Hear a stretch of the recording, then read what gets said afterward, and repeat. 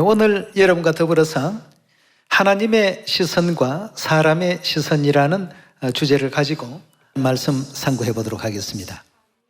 여러분들은 우리 신앙에 있어서 어떤 부분이 제일 필요하다고 느껴지십니까? 우리가 갖춰야 될 것이 어떤 것이 있다고 생각하시죠? 순종. 순종도 포함이 될 수 있습니다. 회개. 역시 다 포함이 되는 말씀입니다. 이스라엘 백성들이 적과 꿀이 흐르는 가나안 땅 들어갈 때 가장 필요했던 것이 무엇이었을까? 왜냐하면 가나안 땅은 우리 믿음의 광야길에 모형적인 어떤 역사이기 때문에 그때의 역사를 잘 들여다보면 오늘날 우리는 무엇을 준비해서 영적 가나안 땅인 천국에 들어갈 수 있을까? 생각해보지 않을 수가 없습니다. 다 똑같은 하나님을 믿노라고 하는 이스라엘 백성이었습니다. 그런데도 여호수아나 갈렙과 같은 그런 믿음을 가진 자와 또 다른 어떤 10명의 불평했던 정탐꾼들, 우리는 도저히 불가능한 일이 될 것 같아 라고 이렇게 보고를 했던 그 사람들의 뜻을 함께 따랐던 백성들, 이 둘로 극명하게 나눠졌습니다. 그때 우리 하나님께서는 이날까지 내가 너희를 이끌었던 수많은 어떤 역사를 또 기적과 이사를 다 보여주었거늘 어찌하여 너희가 번번이 나를 믿지 못하고 상황만 생기면 또다시 시험을 하느냐 말이에요. 그래서 여호수아와 갈렙 외에는 가나안 땅에 들어갈 자가 없을 것이다 말이에요. 거기에는 다른 어떤 조건도 붙이지 아니했습니다. 하나님에 대한 믿음을 가진 자와 믿음을 갖지 못한 자를 구분을 시켰습니다.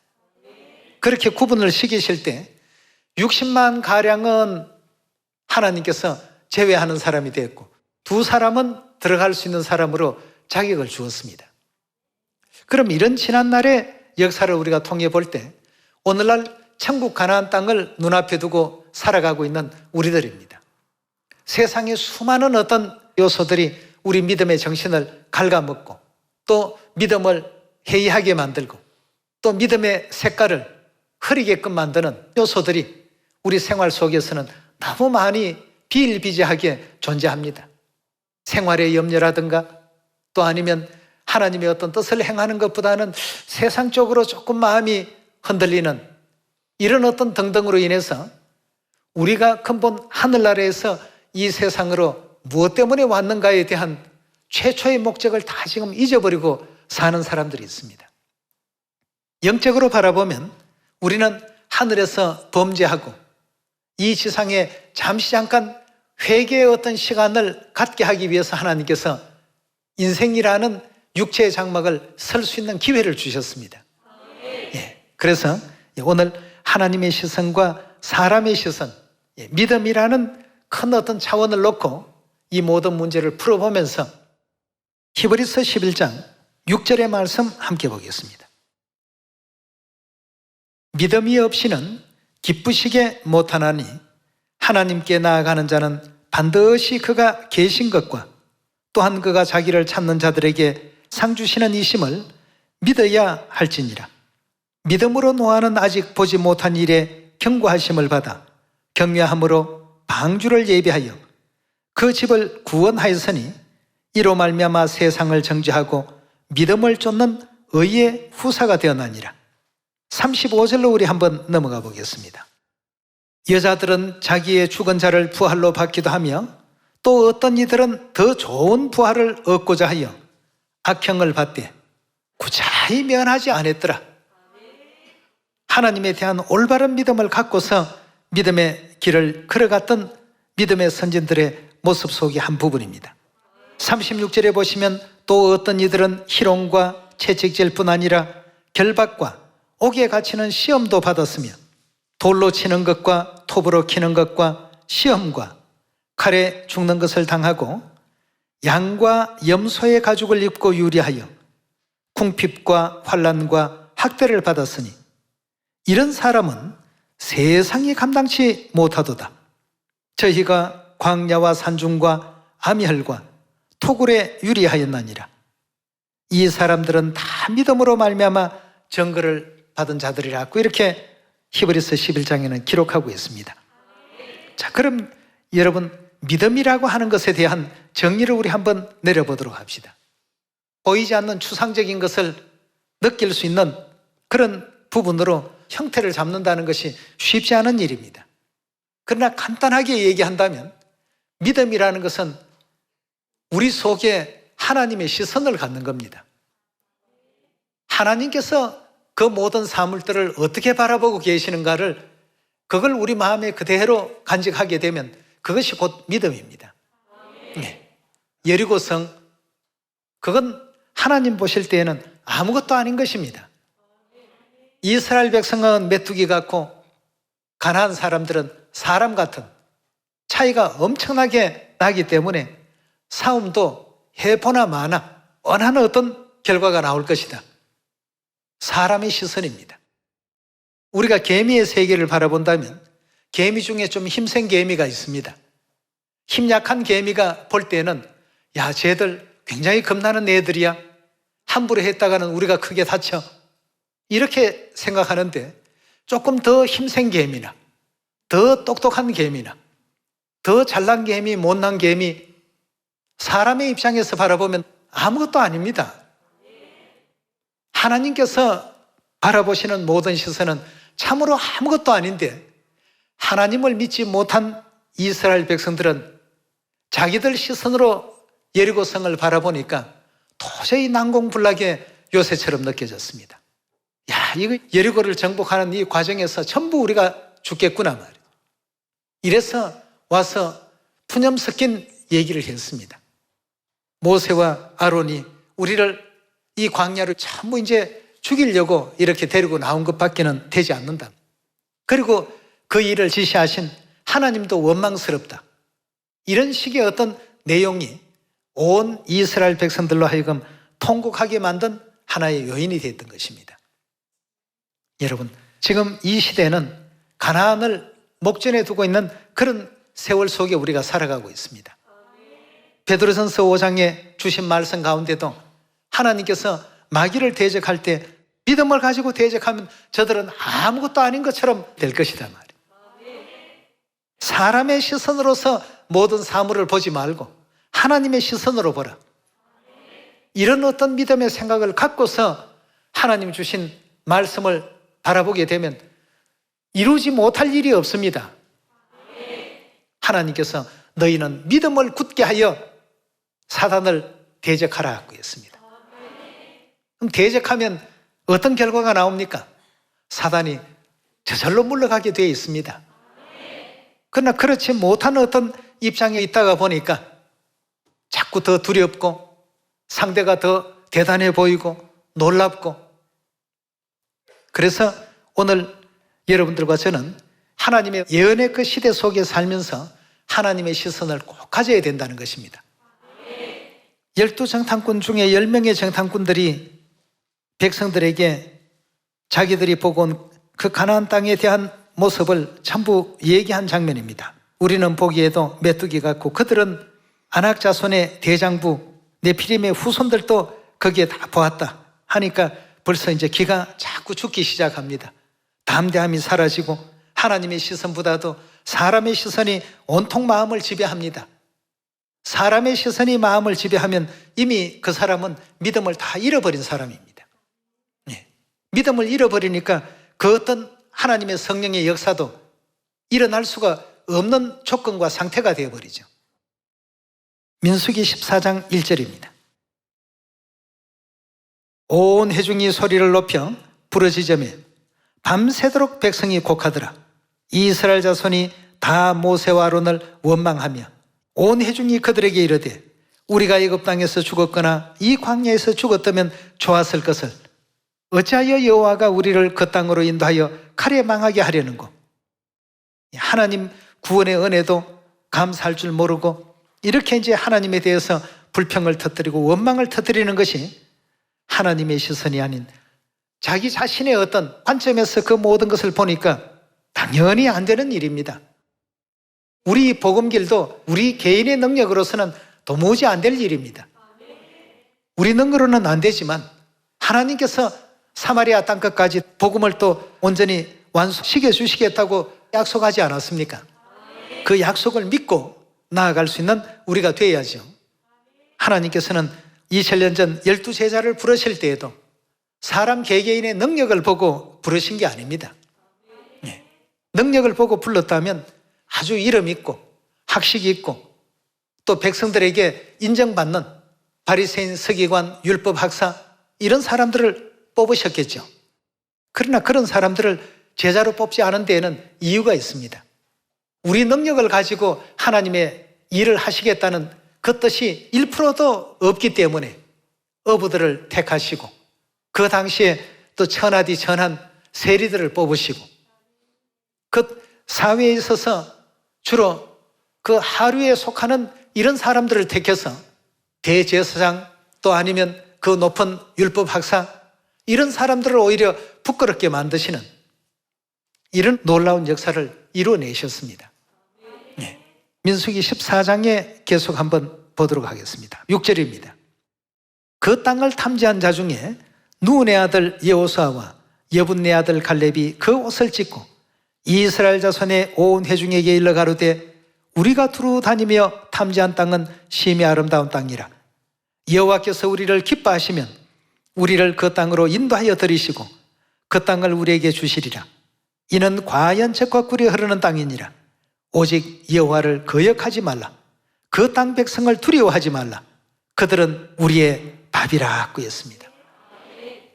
이렇게 여호수아가 얘기할 때에는 자기의 어떤 그 힘을 바라보면서 저들은 우리의 밥이다 얘기한 것이 아닙니다.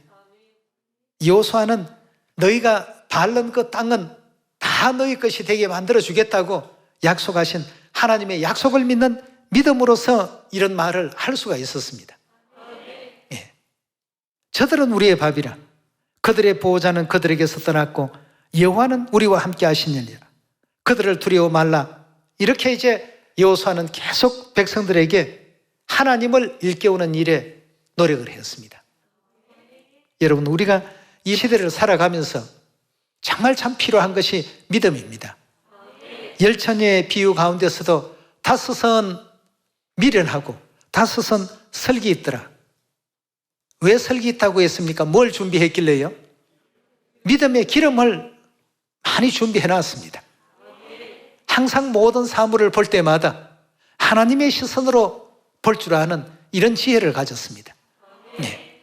사드락과 메삭과 아베느고가 왕 앞이라고 해서 기가 죽어서 아이고 저분은 대단한 권세자이고 우리는 형편없는 그 아래에서 일하는 자인데 명령하면 우상에게도 절해야 되지 않겠느냐, 이렇게 됐더라고 한다면 하나님의 놀랍고 전능하신 그 힘을 느부갓네살 왕에게 보여줄 수 있는 기회가 있었겠습니까?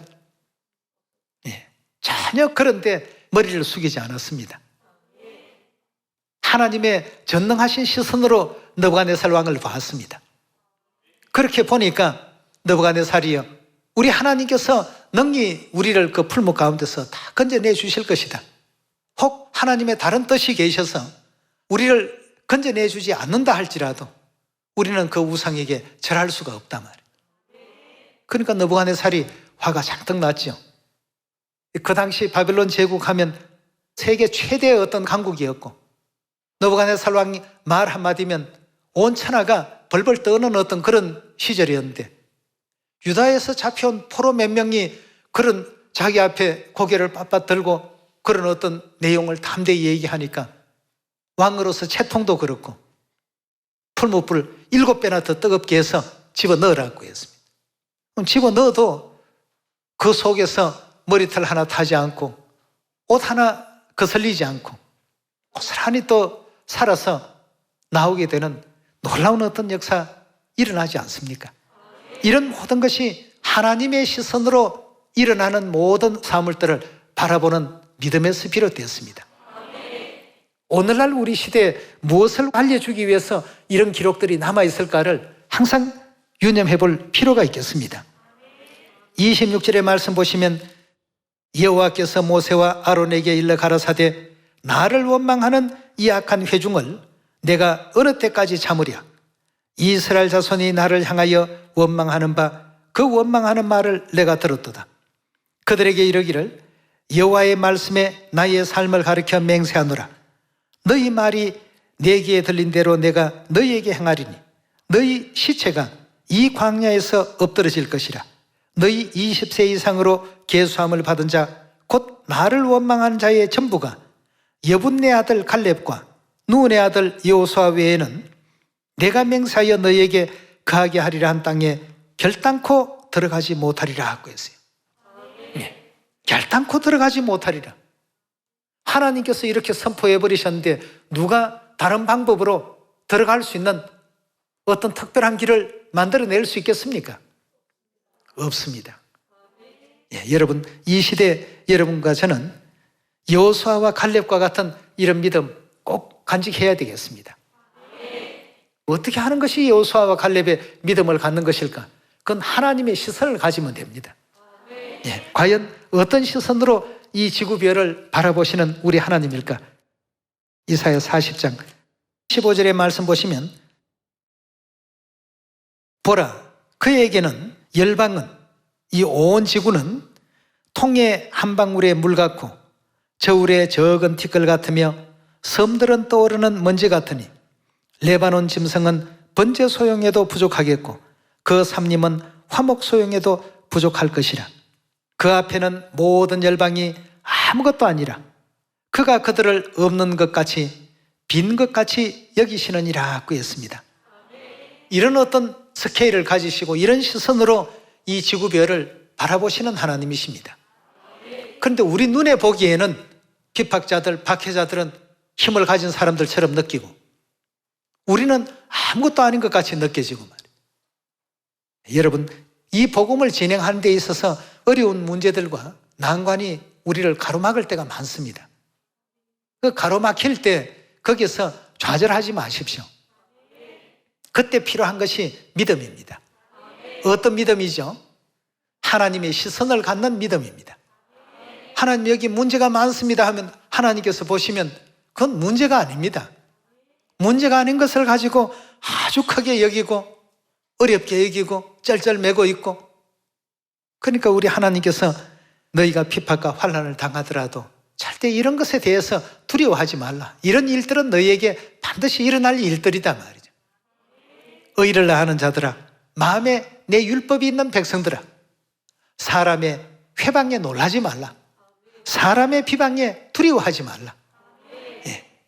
그건 당연하게 너희들에게 일어날 수 있는 일인데 그 일로 인해서 좌절하고 그냥 포기해버리고 이렇게 하지 말라는 것입니다. 우리는 여호수아와 갈렙처럼 가나안 땅을 주시겠다는 사명은 주셔도 포기하라는 사명은 단 한 번도 주신 적이 없는데 왜 포기를 받아들이고 주시겠다고 하신 그 말씀에 대해서는 믿지를 못하느냐 이겁니다. 나아가야 되겠죠. 예, 지금 이 시대가 바로 그런 믿음이 필요한 시대입니다. 마태복음 24장 13절의 말씀 보겠습니다. 그러나 끝까지 견디는 자는 구원을 얻으리라. 이 천국 복음이 모든 민족에게 전거되기 위하여 온 세상에 전파되리니. 하나님께서 육체를 입고 이 땅에 오셔서 친히 주신 말씀입니다. 전파하라고 하시는 사명은 우리가 받았어도 전파하는 것을 포기하라는 사명은 누구에게도 하나님께서 내린 적이 없습니다. 그럼 우리는 야, 이거 과연 될까? 이걸 고민하고 걱정하는 것이 아니라 하나님께서 되리니라고 하신 이 사명에 더욱더 창념할 줄 아는 믿음을 가져야 되겠습니다. 하나님 안에서는 능치 못할 일이 없습니다. 그 능치 못할 일이 없는 하나님의 시선을 우리가 갖고서 여기 지금 주신 사마리아 땅 끝까지 복음을 다 전파하라는 이 말씀도 같이 받아들여야 안 되겠습니까? 다 됩니다. 예. 지금 뭐 코로나 때문에 안 되고 뭐 때문에 안 되고 때문에 한다면 이거 큰일입니다. 그래서 세상에도 그런 말들이 있더라고요. 덕분에라는 말을 많이 설합니다. 하나님 덕분에 여기까지 우리가 왔습니다. 아버지 덕분에, 어머니 덕분에, 우리 시온의 형제 자매들 덕분에 여기까지 오늘의 제 믿음이 성장했습니다. 덕분에는 많이 서면 설수록 더욱더 성공 확률이 높고, 때문에를 많이 서는 사람은 실패할 확률이 많답니다. 사무엘상 16장 1절의 말씀 보시면 사무엘이 하나님의 명을 받들어서 기름을 붓기 위해서 이새의 집을 찾아갑니다. 이새의 아들이 다윗이죠. 사무엘상 16장 6절입니다. 그들이 오매 사무엘이 엘리압을 보고 마음에 이르기를 여호와의 기름 부으실 자가 과연 그 앞에 있도다 하였더니 여호와께서 사무엘에게 이르시되 그 용모와 신장을 보지 말라. 내가 이미 그를 버렸노라. 나의 보는 것은 사람과 같지 아니하니 사람은 외모를 보거니와 나 여호와는 중심을 보느니라 하고 했습니다. 그 중심 속에 뭘 보신다는 얘기입니까? 믿음을 보겠다는 것입니다. 엘리압도 물론 믿음이 좋지만 다윗은 그보다도 더 절대적으로 하나님을 의지하고 신뢰하고 믿으니까 믿음의 어떤 그 경중으로 볼 때에는 엘리압은 다윗을 따라올 수가 없다는 것입니다. 그래서 하나님께서 결국 다윗을 택하시는 장면이 있습니다. 11절의 말씀 보시면 또 이새에게 이르되 내 아들들이 다 여기 있느냐? 이새가 가로되 아직 말째가 남았는데 그가 양을 지키나이다. 사무엘이 이새에게 이르되 보내어 그를 데려오라. 그가 여기 오기까지 우리가 식사 자리에 앉지 아니하겠노라. 이에 보내어 그를 데려오매 그의 빛이 붉고 눈이 빼어나고 얼굴이 아름답더라. 여호와께서 가라사대 이가 거니 일어나 기름을 부어라. 사무엘이 기름불을 취하여 그 향기 중에서 그에게 부었더니 이날 이후로 다윗이 여호와의 신에 크게 감동되니라. 사무엘이 떠나 라마로 가니라 하고 했습니다. 하나님의 기름 부음을 받은 이 다윗이다 보니까 사자도 곰도 두렵지가 않습니다. 그런 어떤 믿음을 갖고 누구를 물리칩니까? 17장 32절의 말씀 보겠습니다. 다윗이 사울에게 고하되 그를 인하여 사람이 낙담하지 말 것이라. 주의 종이 가서 저 블레셋 사람과 사울이이다. 사울이 다윗에게 이르되 너가 가서 저 블레셋 사람과 싸우기에 능치 못하니 너는 소년이요 그는 어려서부터 용사임이라. 다윗은 소년의 티가 역력하고 골리앗은 어릴 때부터 용사 중에 용사로 명성을 떨치던 용장인데 그와 더불어서 다윗이 싸우겠다고 하니까 그 사울의 시선으로 볼 때에는 다윗이 가면 정말 참 초라하게 패배할 수밖에 없는 그런 어떤 입장이라는 것이 눈에 금방 들어왔습니다. 그러나 다윗은 달랐습니다. 뭐라고 했는지 우리 34절에 봅시다. 다윗이 사울에게 고하되 주의 종이 아비의 양을 지킬 때 사자나 곰이 와서 양떼에서 새끼를 움키면 내가 따라가서 그것을 치고 그 입에서 새끼를 건져내었고 그것이 일어나 나를 해하고자 하면 내가 그 수염을 잡고 그것을 쳐주겠나이다. 어린 소년이 무슨 힘이 있다고 이렇게 할 수 있겠습니까? 그러나 다윗은 가서 양을 그 입에서 건져내 오기도 했고 그것이 오히려 다윗을 해하기 위해서 덤벼들면 수염을 잡고 그걸 쳐죽이기까지 했다고 말이에요. 그럼 다윗이 이런 어떤 태도가 어디에서 나왔느냐는 것입니다. 하나님께부터 기름 부음을 이미 받았다는 것에 대한 큰 믿음을 가지고 있었습니다. 여러분들과 저는 어떤 자들입니까? 하나님께로부터 영적 기름 부음인 침례도 받았고 또 여인의 남은 자손이기도 하지 않습니까? 성경 하나님께서 적어 놓으신 것을 보니까 승리하는 어떤 결말밖에는 기록되어 있는 게 없습니다. 우리는 이렇게 말씀 주신 하나님의 말씀만 믿으면 됩니다. 그 말씀을 믿지 못했던 이스라엘 백성들이 그들이 처한 상황에 대해서 하나님께 대해서 또 지도자에 대해서 원망하고 불평하고 전부 그런 나약하고 여린 믿음을 갖고 있다가 보니까 하나님을 기쁘시게 못했습니다. 다윗이 골리앗보다 더 체격이 커서 가서 이겼습니까? 그가 어떻게 이기는지 한번 보세요. 43절의 말씀 봅시다. 블레셋 사람이 다윗에게 이르되 너가 나를 개로 여기고 막대기를 가지고 내게 나왔느냐 하고 그 신들의 이름으로 다윗을 저주하고 또 이르되 내게로 오라. 내가 너의 그 고기를 공중의 새들과 들짐승에게 주리라. 다윗이 블레셋 사람에게 이르되 너는 칼과 창으로 단창으로 내게 오거니와 나는 만군의 여호와의 이름 곧 너가 모욕하는 이스라엘 군대 하나님의 이름으로 내게 가노라 했습니다. 여러분, 다윗이 이런 믿음을 왜 가졌냐 하면 자신은 하나님께로부터 기름 부음을 받은 자라는 이 사실에 대한 큰 어떤 믿음이 있었습니다. 여러분과 저도 우리는 여인의 남은 자손이다 하는 이 큰 믿음을 가져야 됩니다. 사마리아 땅끝까지 이 복음을 전파하는 모든 그 행보 하나하나에는 내가 반드시 너와 함께 할 것이다.